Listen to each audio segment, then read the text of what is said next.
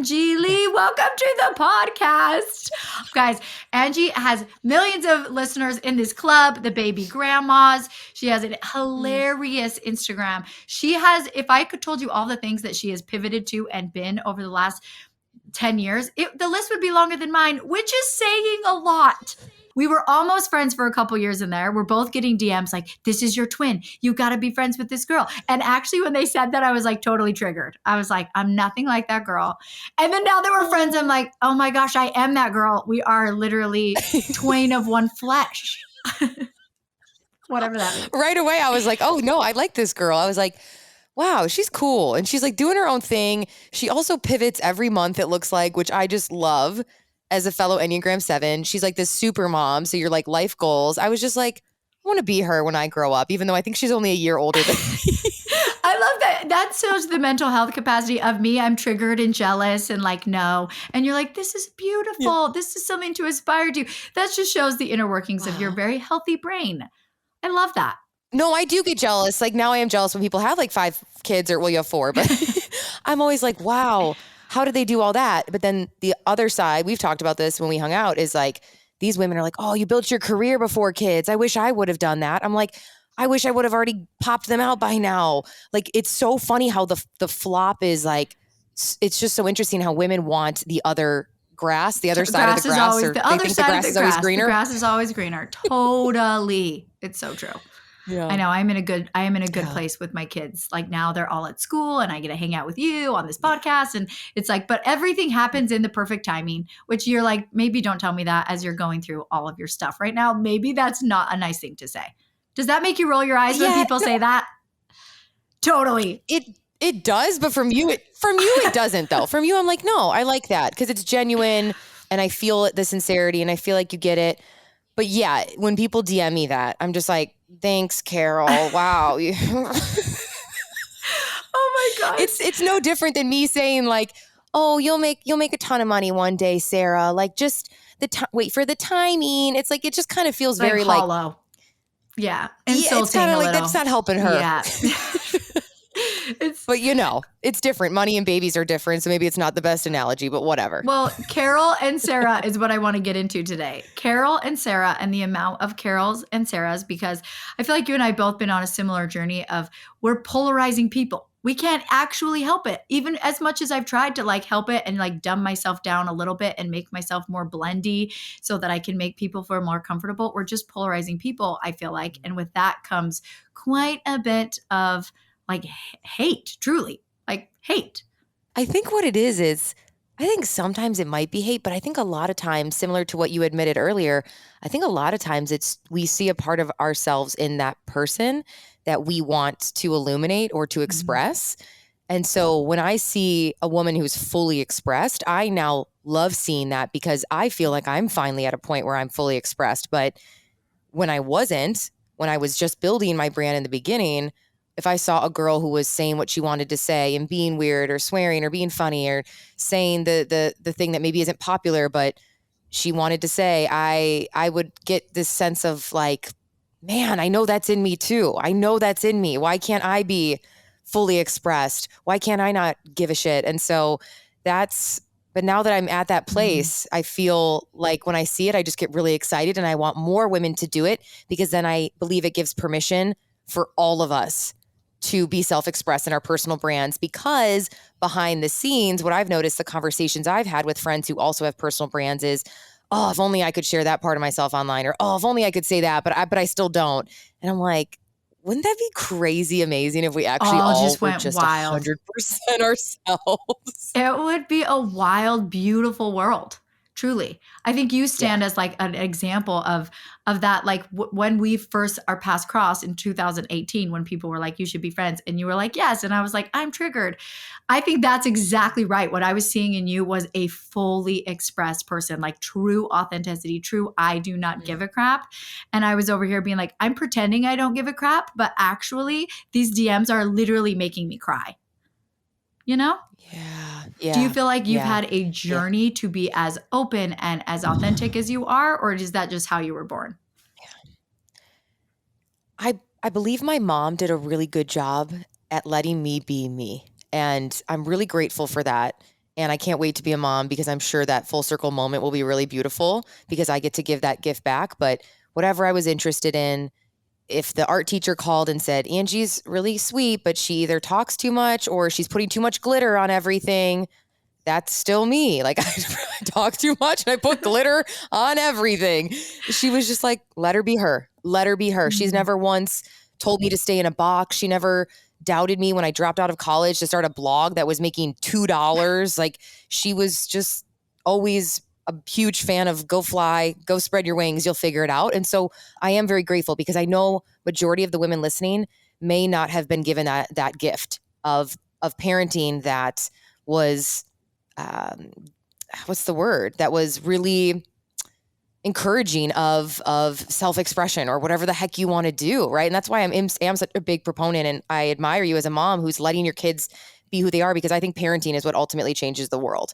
Think about it. That's ultimately what it is, because it's the foundation of society. So yeah, my mom was really cool about it, and she always just let me do whatever. But when I started building a personal brand and started to really gain followers, shit got real, and it got really scary in the beginning because I didn't know that I signed up for a job that would hit my deepest wound, which is being included and being understood. And this job, while it comes with a lot of beautiful things, I'm sure you've experienced as well when you were doing your mommy influencer moment, yes, stuff as well. It comes with a lot of free shit and a lot of cool opportunities and a great community. And 99% of the time, these amazing women who you get to chat with in the DMs and who you get to help and serve. And then there's this little 1% that's really heavy and hard. And I'm not trying to be like a boohoo influencer. Being an influencer is hard, but there is a part of the job that is really interesting because I don't think our brains were designed for this, but you get feedback on who you are and every little detail of you that you wouldn't get from a normal job. Like if I worked at State Farm, the guy next to me wouldn't, my coworker next to me wouldn't be like, hey dude, don't love your hair today. Like, it's so hey dude, true. you're looking fat today. Like, oh, thanks, Brian. Like, you wouldn't get that. And it's hard because I think women, unfortunately, it's usually a woman on woman thing. It's been a lot of that. So being met face to face with people saying, I don't like this, or I don't like you, or really mean stuff. It was crazy to be met with my biggest fear. And that's still a part of the job that, I'm not going to lie, is the hardest and is the part that I don't like. And I wish I could take that part away because this would be so much easier, but I guess it comes with the territory. I don't know. Ooh. I don't know if you ever 100% come to peace with, oh, I love getting a DM from some lady who says she hates me. Like, it's so true. What is the worst thing you've ever been called online? Me, Satan's mouthpiece. Yep. I don't even know what that means. Yep. Satan's mouthpiece. Yeah. What is Satan's I'll Google mouthpiece, it later. My deepest, the deepest wounds, the deepest insecurities and fears, to put them out in a way for those to get pushed on me. Anytime I touch the religion of my childhood, it's still feels open. And even when someone touches it a little, it still hurts. And to be called Satan's mouthpiece, that's like someone diving in there and going crazy inside of my wound. And that one's the craziest one. What about you? Wow. Oh gosh. I mean, I'll keep it pretty surface with this, but back in 2020, obviously a lot of things were very heated.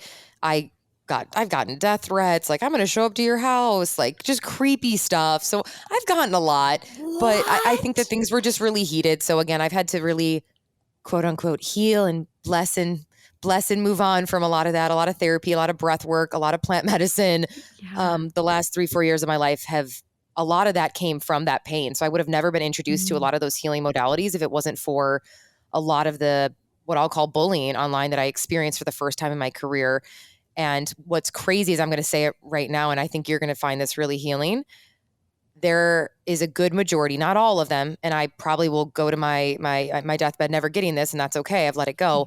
A good majority of them have come back and apologized, which is crazy. It just happened recently. It just happened recently, and I don't know if God was like, hey, I need to give you a healing full circle moment here. And Clay was like, I knew it. I'm like, what do you mean? He's like, people who say such cruel things usually eventually feel really bad about it. Like, especially if you really didn't do more anything. than it actually hurts you. Like, they have to hold on to that. I guess so. I didn't realize that. So I recently just got some beautiful, beautiful DMs of people that made hate videos of me saying, I'm really sorry. Like that was not right. You Wow. really didn't do anything. This was not me. And instead of getting defensive right away and still being mad at her, I let it Of go. And course. I acknowledge her and I tell her thank you so much, because it takes a lot of Mm. courage to come back and say you're sorry to someone when you've made a whole entire Wow. hate video about them. Wow. Wow. Right. So that's happened. I think that does actually happen. It was so funny. I walk into my son's preschool when we first moved to Arizona, and there was this girl there, and I was like, "Oh, hi, I'm Suzy," and I introduced, and it was like, "Oh, that's kind of an awkward interaction." But people are awkward when they meet people, right? Like we're just awkward humans, all of us. And a couple weeks later, she follows me out to my car, and she is just shaking. And I'm like, "What's up? Like, what's going on?" And she was like, "I just have to tell you that like I've actually followed you, and in 2020 as well, I sent you the meanest message I have ever sent anyone in my whole life. And I've waited all of these months to tell you. And I don't come to preschool drop off sometimes because I'm so scared I have to see you. But like, and we had this Oh beautiful healing God. moment that, like, actually so epic that the universe handed this, like, really beautiful healing moment for both of us in the end. But that was wild. So, yeah, I totally get that that happens and has happened and is a gift. Is a gift. Yeah, I just got one 2 weeks ago and I started crying on my walk. She sent me a voice note Mm, and I'm just bawling out mm. near the park by my house, and it was like I lost 400 pounds. It was like, Wow. oh my God, wow. Like keep that in mind next time that you create something, that when you are a creative and you've decided to be a creative, which I think any art we put out into this world, whatever you define as art, it has a level of there's going to be people who don't like that art. That is what art is. Yeah. The art is not art without people who disagree with the art, right? That's what makes Mm, art so fascinating. And so when I think of my work as a creative and as putting out art in a sense, especially when it's comedy content where I'm writing the scripts, editing, producing that, I have to realize that there are people who, if they say something that cruel and mean, usually they did not mean it. And so it gave me this motivation to keep going and to realize that what was said wasn't truly meant. And I shouldn't have taken it to heart, but I am a sensitive person, which I'm sure you are too, a very sensitive woman. And so I'm not this cold-hearted woman who I think some women are able to just be like, oh, F her, blah, blah, blah. I'm like, no, it does hurt. And I think they know that. They can tell that I'm sensitive. And mm, I heard somewhere some quote that sometimes the greatest artists or creatives or whatever or business owners are actually very sensitive, because that sensitivity is also their superpower when it comes to connecting with humans and their customers. But that same mm, sensitivity then will really get you when somebody doesn't like your product, whether it's you or a mm. physical product. So it's my double-edged sword, that I care so much that it actually hurts when someone doesn't like it. I feel like sometimes it's easy to be like, it's not real. Like it's just like a little tiny baby icon of someone's face behind it. And like there's like actually another woman on the end who is either like gonna brush this off or could be deeply affected by it. And I think that that is like, it's just it feels easy. And I do think that, like you said, you wouldn't do that in real life, but there's Yeah. something about that barrier being gone that makes it easier for people to do, myself included, for crap that I regret doing, regret saying, regret clapping back to that degree, because you would never if someone was in front of your face. So, but like I've also done the same thing. Like depending on where you are at in your journey, how healed you are, how triggered you are, what the wounds are coming up for you. But I do feel like in some ways, this sounds crazy, but I do feel like we do what we do, but we're also in some ways healers because we are activators. Like we just unfortunately can activate in both good ways and painful ways for people. Yeah. I don't know if this is one of your big fears, but the fear of being misunderstood is really interesting, because I didn't think I had that one. I knew I had the inclusivity one where I want to at least be invited to the party. I want to be included, because little 8-year-old Angie felt like she wasn't invited to some birthday parties and thought then that means kids hate me or something. So that's always living in me, which is why now I try to, with my events and everything, I'm like, everyone come. Like I'm like an Everyone. ultra, Yes. I'm like an ultra Hyper inclusive person when it inclusive. comes to, yeah, I'm like, make sure we invite everyone. Woo, let's go. So, and that definitely comes from me feeling like I wasn't invited to a birthday party probably when I was like 5. So, but what's interesting is the fear of being misunderstood. I didn't know I had that fear, or I had that wound, I guess you could call it. And I noticed at that time when a lot of people were saying things that weren't true, I wanted to immediately defend myself and say, no, you don't Mm, know me. And if you knew me in person and this is who I am, and to just let that go and be like, no, I'm not going to say anything. I'm not going to respond. I can't. What am I going to do? Constantly be, what am I going to do? When does that ever work? When people are in that heated state? Oh, okay. Now I get Never. you. Right. No, Right. like just let it go. And I had to wait almost 4 years for some apologies. And I actually didn't wait for them. I actually thought I would never, ever get them. Ever. So that's been interesting. That's the part of the job that I don't want to scare anyone listening who wants to have a personal brand or be an influencer or do speaking and podcasting, but just know it comes with the territory, and you're constantly working on self-love and your own confidence, right? I think it's so beautiful. They've done this whole podcast so far is you are calling it your job, your work, not your identity. Which like your personal brand I was like, as your identity. Should I be calling it something else? I think it's actually so healthy how you have this separated into your job, your art, your work, and not like this is actually the full encompassment of who I am. Like bravo on that, because I feel like that's something over the years I'm still trying to untangle of like, this is what I do. It's not all who I am. So when it's more of like what I do that's getting the anger and the hate and people coming at it, that feels easier to stomach than when it feels like I make it personal about who I am. Yeah, I learned that from a mentor. A mentor taught me that a few years ago, and I didn't realize I was even saying that. Wow, that's crazy. This is like a therapy session now. It's profound. It really is. I guess that's good. I had a mentor tell me to do that, and I didn't think I was doing it, but she told me to separate it. She said, you are still a business. The Angie Lee enterprise, the Angie Lee brand it's not a digital product necessarily always, or a physical product, but the personal brand is something they are consuming and buying from. So it needs a separation, because to constantly think that if that goes down, then in sales or in followers or in likes, then you go down in followers and likes, it's kind of egotistical, actually. It's very self-centered, and it kind of loses the mission. And I think it's probably healthier, especially when you have a family, because it's like, whoa, to think that your Instagram or your courses or even the show is your entire encapsulation of who you are is one bad review that means that you suck. Totally. That's really I know, but good. It feels like that. Like it feels like that sometimes, or it has in my previous years of doing this, felt like that totally. And it's like a conversation that I have with tons of my influencers still, who they're like, I feel like everyone around me is getting more popular and all my friends are growing and I'm not growing. And that just makes me feel so bad inside. And like the separation, I like church and state, your identity from your identity online as a business is an important distinction. So I'm so glad. Thank you for bringing that just by being you. Yeah, I guess the way to see it, or the healthy way to view it, is, which again, we're not perfect with it. There's definitely days where I feel like it's my all-consuming identity because it's literally my name and my brand. But I think when I create, let's say, a comedy video that I script, I edit, I write, I really love that. That's a huge part of who I am and where I want to go. I do have to see it as, okay, I'm posting a piece of work. It's a piece of art. Especially when it's a character and I have a wig on, like I'm embodying a different version of myself. And so when somebody, usually 99.9% is, I love this is funny, this is great. Usually they get the humor, obviously. And then there's always one Carol who just doesn't. And it's, this is da da da da. And offensive, I'm like, okay, you've never been to a comedy show. This is called self-deprecation. I'm making fun of influencers. I am an influencer. I'm allowed to do that. Like, have you never been to comedy show? I'm very concerned for you. I'm like, how are you living life without laughing? But so then when I see that, I have to be like, okay, Angie, one, she does not get to dictate your art. This one person, it's funny. You have a good pulse and a good judge of what is. And two, it's like it's almost like it's a piece of art. So like, who is she to now say I suck because she didn't like the art, quote unquote.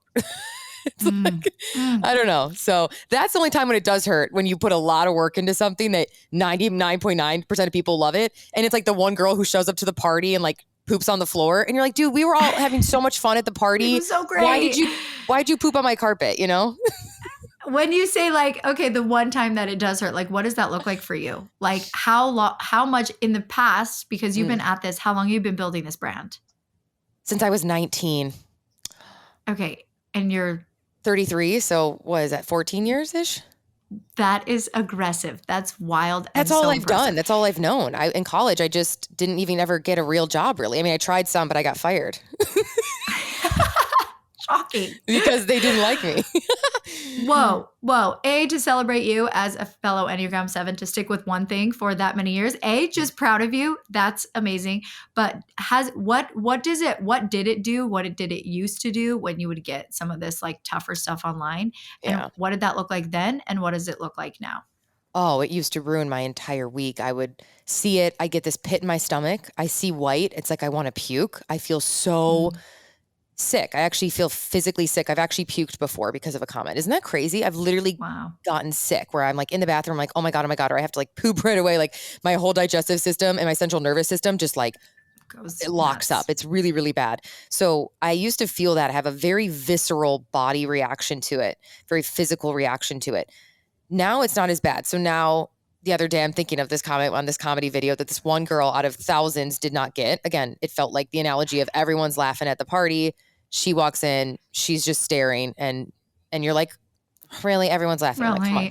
Maybe you need to laugh. You probably want to. It's okay. It's okay. But again, it's not my job to convince her, whatever. I don't have time for that. So now I can look at it and I can kind of, I can send her love and I can kind of feel sorry, I guess, a little bit. And I'm able to just kind of, my bounce back rate is faster. I'm able to boomerang faster where I don't sit on it or let it fester for an entire week. I now just kind of giggle, laugh, and maybe it's the comedian in me, but I'll usually comment something back. Like, I'll usually kind of mess with her a little bit. I'll be like, I'll send something witty or funny back in the response because it's almost like my way of saying like, hey girl, I've made it very clear that my page is a place to laugh, not take yourself or life seriously. There are hundreds, if not millions of other accounts who can provide you that. So please actually go to that party because this party that I'm hosting, I know it's good. I know what it is. Like, we don't want, not in a mean, I don't want you here, but like, if you're not gonna, come on, So yeah. I love it. I love that you like, because I have had that same, and like shadows of that same, like white hot, your like adrenaline goes crazy moment, visceral reaction. And then like shadows of that will still come up for me when I'll like open something that I think is actually like going to feel mean. Like I see it on the little DMs and it's like the first thing that's like, hey, we need to talk about blah, blah, blah, blah, blah. I feel that like, oh my gosh, like a memorized pattern of like what is going to be in this DM. But then like usually, and even if it is in the DM, I'm grateful now that like it still hits me. But same, I'm like able to like, move past that, see that with love. And that's why my podcast is called Your Business Will Heal You, because it is going to stir up so much muck and garbage and shiz for you that you either have to push through it and understand it and grow deeper love for yourself and deeper love for other people around you, or you just you crumble under the weight and you walk away and you quit. Yeah. And yeah. And I think it's being realistic about, I love blending the woo. You're very spiritual. It's like adding the woo component of send her love and blessings and she's hurt and hurt people and blah, blah, blah, insert in a rom. That's woo. Just like that. Yes, exactly. Insert That's in a exactly Ram what I do, Dass Angie. quote here. All of that. But then I also go into just 3D logic, real deal. Like, you know what, Ange? I'll just like say to myself, there's about 15 billion users on the internet probably or something. It's a numbers game. Like, you don't need to get out a quote from Pinterest right now to heal from this. Like, Ange, for every one girl who doesn't understand this video that thinks it's funny, there are thousands, hundreds of thousands, if not millions, who will want this. So just keep going. Just keep being consistent. Going. Like, why are you putting so much energy into this one person? So I kind of blend so true. those. I love that. Well, I'm gonna send you a Ram Dass Pinterest quote next time you text me. I don't know. I will not be able to help myself. Oh my gosh. Okay, for what you, would you say to women who are like? I have a question for you on this. Okay. That's juicy because it sounds like what's interesting about a lot of yours. It's been really intimate because it's about the religion stuff, which is really deep, and that's crazy. So, is that kind of where you've gotten the most, you could say, mean feedback? Is they think that you shouldn't be being honest about your evolution with Mormonism and stuff, right? Totally. I think it's just such a close to the heart topic for so many people that they like hold so like sacred. So for years, I just was like, I'm not going to actually talk about this. I'm not going to broach this topic. I'm just going to kind of pretend that I'm still kind of doing the Mormon thing. And then I was like, this really doesn't feel good to me to be inauthentic. I like can't. There's something that dies with me inside and I just feel like I couldn't do it. So I had to like bring it all out into the open, which is the scariest, hardest thing I've ever done. And not only like bring it out in the open a little bit, like I'm going to spill all my guts on this about a podcast, like really show all my cards. And I think people aren't used to actually seeing people's cards. They're used to being able to just like see one card and judge the crap out of it. But when you have the whole deck laid out for people to see, and they're like, oh, I have to actually think about all of these pieces instead of just that one, I think that that's uncomfortable. And people, I don't know if they know what to do with that discomfort. And then when you tie in religion to anything, there's like programmed responses, right? Like very much like good, bad, yes, no, in the celestial kingdom, out, saved, unsaved. And so there is just this like right and wrongness that's just kind of like baked in, I feel like, unfortunately, in so much religious context that it is so freaking intense. I cannot even tell you how intense it has been. But now that I'm more secure in it, now I am secure in it, it doesn't hurt. I see it now of like, I see that in you because I was there too. I like actually get where this comment is coming from. I get it. Dude. So it hurts less, but it's like, that's just like, whew, it's a close one to my heart. But I hope that this will become less of my story as we go on in my, lots of years of creating a personal brand. I hope it becomes less, but I have no choice but to make it a part of my story right now because it's such a part of who I am. No, it's the most admirable thing I think you do. I'm so fascinated. Mine is things that are not even that. Like there are only a few things in life that are as sensitive as religion. So I give you so much credit for being brave enough to share that because if mine's like, oh, she thinks this is funny or misunderstanding a joke or something, which again, that's kind of what comes with the territory of comedy. But it's interesting with religion. That's deep, like you said, because there's so much programming in that, and you can't win. You have to have the courage to be misunderstood. You have to have the courage. You have to have the courage to be misunderstood and disliked. But like with that courage and like with allowing yourself to be misunderstood and sometimes just allowing yourself to be like kind of hated, allowing yourself to be that activator, that trigger, what it's done for me is dug me deeper into a love that I have to have for myself because I'm not getting that all the time from people out online. Like I have to give myself that validation, that love. And that's been like the biggest gift of all of the mean, harsh comments I've received over the years is every time it's actually offered up an opportunity to love myself deeper. And when I look at it from that perspective, I actually can thank them and not be angry with them. I can thank them. It usually takes a minute. I got to get a little space from it for a minute, but that's where I can wrap around to in the end. Wow. I am just like, whoa, that the decision to do that was really courageous. I can't imagine what you get. Maybe dumb. Honestly, maybe dumb. To be determined. Because like 80% of my clientele left. Like when but I admire it. So think of like how many other women. I canceled myself. But I canceled myself. But think of like me. Like I always think if there's like, think of me when I saw you starting to talk about it, I was like, dang, that's really cool. Like that's cool that she's being that brave and she's just saying like, you know what, this is very taboo to talk about, but let's just talk about it. Think of that. There's millions of women like me who, whether they're in your audience, now, or they're coming, like that do feel that same way, who aren't going to be so attached to the old version of you or who they thought you were. And it's like, that's a little bit culty, like that they have an obsession with like, well, no, you used to be this way. You cannot change.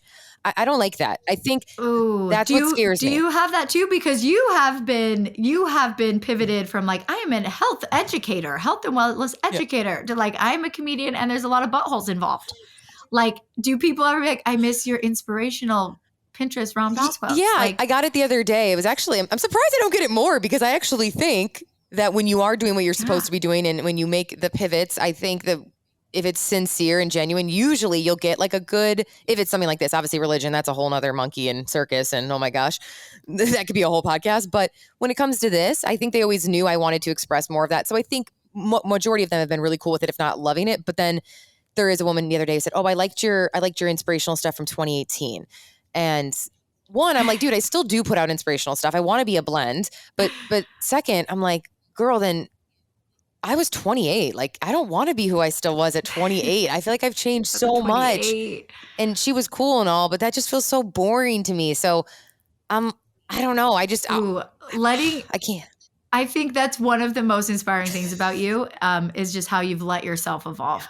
And I feel like women don't give themselves permission to evolve because we want, we want ourselves to be comfortable. our egos are like, please be comfortable. And then we want to keep everyone else comfortable. Mm. So I feel like we'll fight our own growth and expansion to some extent because we're like, we kind of want to say small, unseen, unhated, and Yep. safe. Yep. Yeah. It's been interesting because it always was a part of who I am, but now sharing it more, I just made the decision one day. I was actually speaking on a stage and I was doing some stand up there and I was at a personal development event that's very serious. It was very like stuffy and very like you take notes and then you fall asleep. And I don't know, it just was, I couldn't. And I just looked at Clay and it was just one of those moments where we didn't even really have to say anything. And he just knew. He was like, this chapter's over. And I said, it's over. Like, and I was like really sad because it's like, it was such a Wow. beautiful part of my life. I was at the top of my game. Like I was one of the pioneers, I guess you could say, Wow. in the personal development event space. Like I had 2,000 women at my last event and I want to do one again in the summer. I think I am, but it has a different twist to it. And I have to bring this new version of me and I could easily go up there and do it and it'll be great and it'll make money. But like, I don't know. I think there's a part of my soul that's like, you want to be different and you want to bring this side of you that needs to be expressed. And so it's like, you just know kind of when a chapter's over. It's almost like this melancholy But I feeling, also, right? I feel that. I So- feel that there is like a little bit of a grieving process with So it. yeah, I now I'm into like totally grieving agree. meets. I want to blend them, and my event will be like inspiration meets a comedy show meets a. That's what I'm kind of sitting in now is the stew of like, what does this look like? And I've told you, it's like, what does this even look like now? But all I know is I just have to keep expressing what's true for me now. But the joy that I get from making a comedy video, like it's 50 times what it was when I used to make like very serious content that was like very profound. And I know that my gift to this world is levity. It's not depth. And so I just like want to Totally. keep putting into that, but I don't know what it really looks like. And I'm still very confused, but I'm just like, I just know that's the gift though. And so that's where I'm at. And I think that's kind of, so. I'm always your biggest cheerleader on like, go like harder. I was like, drop all this comedy all the way Oh, in you're so because sweet. to have someone that genuinely can like make you laugh Yeah. and like to get that laughter medicine for people and that light medicine is like, if you have that, you have to share it with the world as loud and as vibrantly and boldly as you can. And I'm so happy that you're like letting even more of and more and more of it out every day because it is your medicine and it is the greatest gift. And thank you for blazing the path. Thank you for all of your pivots. Thank you for like letting yourself, like evolve and grow and change and get bolder and prouder and louder. Despite even some of the hard things, I think people think that like it doesn't like the mean stuff doesn't like really affect us. And we want to say like, oh, it's fine and we can move along, but it still does. Yeah. So thank you for just doing that despite that crap. Oh, that's so sweet. I'm going to cry now. But, something that even helped me, and this can help anybody listening, whatever industry or niche they're in or whatever pivot they're making, is I have a friend who's Manon Matthews, who's in the comedy space as well. And she has been doing it forever. She's got millions and millions of followers. She's freaking hysterical. And what's interesting is I asked her when we were chatting the other day, I was like, do you still get mean comments of people who don't get the joke? She's like, yeah, what do you mean? Comedy is literally the art of pushing edges. It's literally like, let's talk about something and it's called truth plus pain. There's truth in it. Of course, people are going to think it's not funny. And then I went to her comments and looked, and of course, like one that was hysterical. There's a lady who's just like, not good. She used to be fun. And you're like, oh, so if she's still getting it and she's ahead of me, oh, this is never going away. So I need to decide, am I willing to just be in this? And same with you. It's like, even in the personal development space, you could put out the most amazing story. It touches hearts. You did the formula of like storytelling meets the solution meets, a great quote. You could do it all right on paper and still get a woman who's like, yeah, well, you don't have it as rough as me. Or you're like, I spent 8 hours on this caption. Totally. So, totally. I don't know. You can't win. There's no answer. And I think that's the answer, right? We're never going to win with the people, but we have to be able to feel good about how we're winning with ourselves. Yes. Period. End of story. That's it. The quote. That's it. There, I knew you'd come in. I knew you'd come in hot with the quote. It's like, you can't win the internet, but true freedom is being able to say and do what you want. And so it's almost like, don't try to win the internet. Just try to win your own freedom or your own happiness, because it's so true. That was slightly less buttoned up, but I like it. We can still work with that on a Pinterest. I think we can I'm like, insert in, I just stop trying to fight the internet, because if you try to win with the interwebs, it's literally a machine and it's just like, you can't. So I'm constantly always. And it's not, it's It's the opposite of freedom. Yeah. It is the opposite of freedom. And once we realize that we are the only people that hold that key, Yeah. no one else holds it but us. Like that's true freedom. It's not actually the financial freedom that like owning a business gives us. It's not like the freedom of time and location. If you even have that, but you're not free of other people's judgments and what they think of you, you're not free. Amen. So go free yourselves. Be like Angie Lee, free all of it. Take off your shirt and just woo. I'm curious what's next for you, or if you're like, Angie, I don't know.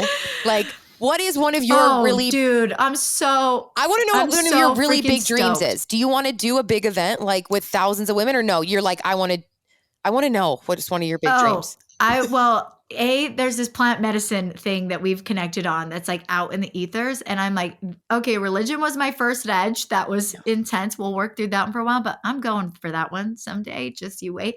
But I spent this last year going like really wide. Like we have this giant screen in my house to like talk to hundreds and thousands of women at a time.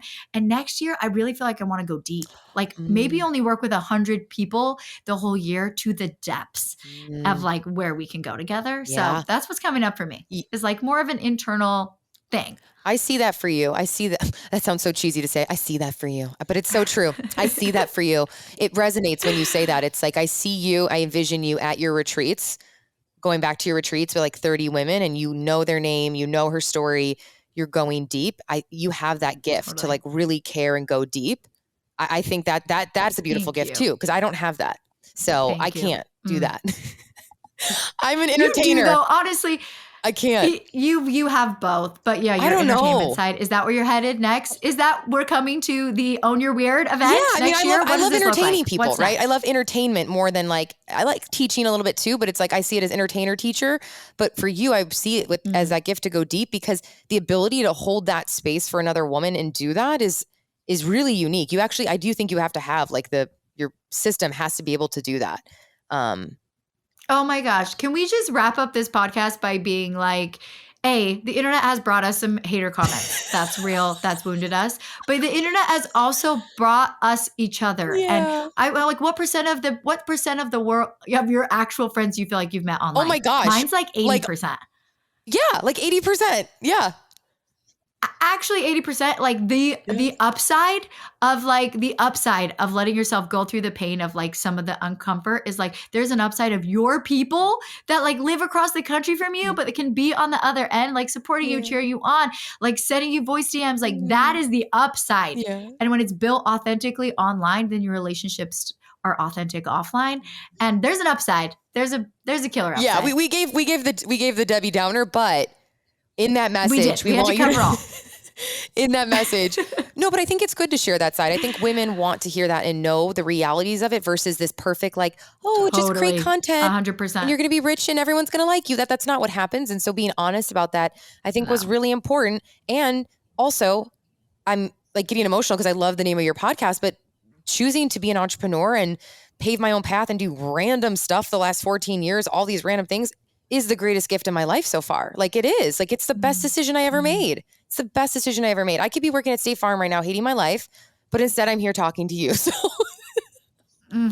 like it is. I've learned so much, and you're right. I never thought of it like that until you told me the name of the show. I was like, I guess it's healed me. I don't know.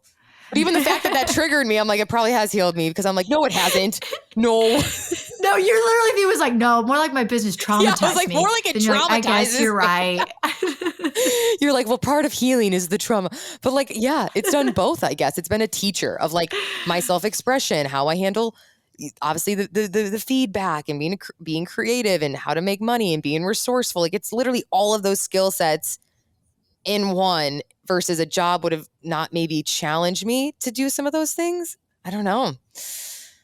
It's crazy. Freaking journey. Massive journey. Yeah. There's just so much that we could cover. Also, I think that sometimes because you are light, and this is just me as your friend, I don't ever want people to be like, she's just the comedian. Aww. Like you are so wildly successful, and like your ability to have both, like, and both is just inspiring. Like just because if you're like, oh, my skill sets don't really work for Instagram, or my skill sets don't really work for this business. That's not true.